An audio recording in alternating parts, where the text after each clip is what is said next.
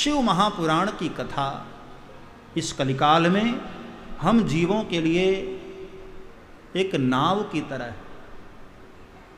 जो पाप करते करते करते इस भवाटभी में डूबने के कागार पर हैं, उनको भी यदि शिव महापुराण रूपी ये नौका प्राप्त हो जाए तो बड़ी आसानी से भवसागर किनारे लग सकते हैं।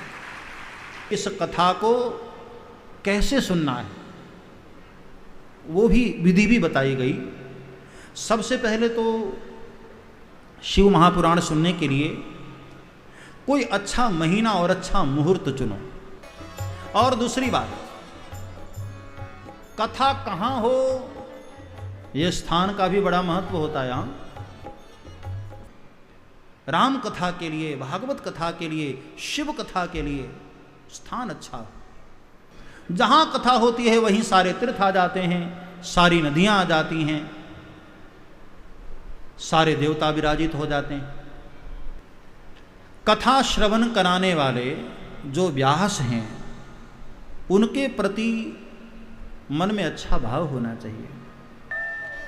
पुराण वेत्ता, पवित्र, दक्ष, शांत, ईर्ष्या पर विजय प्राप्त करने वाला, साधु चरित्र वाला और दयालु होना चाहिए। इतने लक्षण शिव महापुराण के वक्ता के कहे गए हैं। जिसका अंतःकरण पवित्र हो, जिसकी आंखों में पवित्रता हो, दृष्टि में पवित्रता हो, जिसका मन पवित्र हो। भाई कथा व्यासपीठ पर बैठे और दृष्टि पवित्र न हो, मन पवित्र न हो तो क्या कथा सुनाएगा। मन में दया का भाव न हो, मन में निर्मत्सरता न आए तो कथा गाने का अधिकार नहीं होता है। वो ऐसे वक्ता से शिव महापुराण की कथा का श्रवण करे।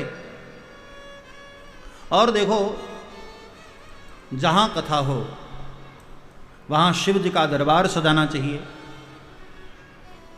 सर्वतोभद्र मंडल स्थापना होनी चाहिए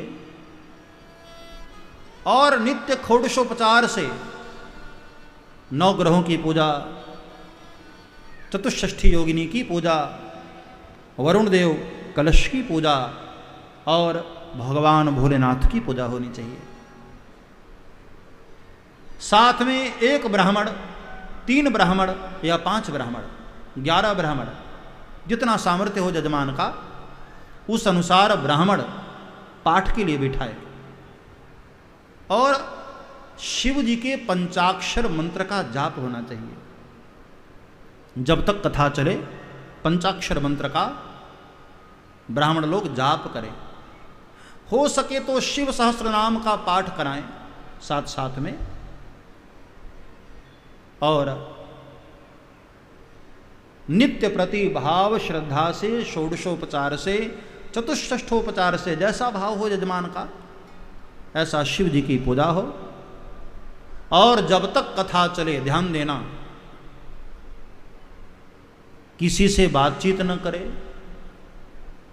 शांत होकर, पवित्र होकर, ध्यानस्थ होकर भोलेनाथ की कथा सुननी चाहिए।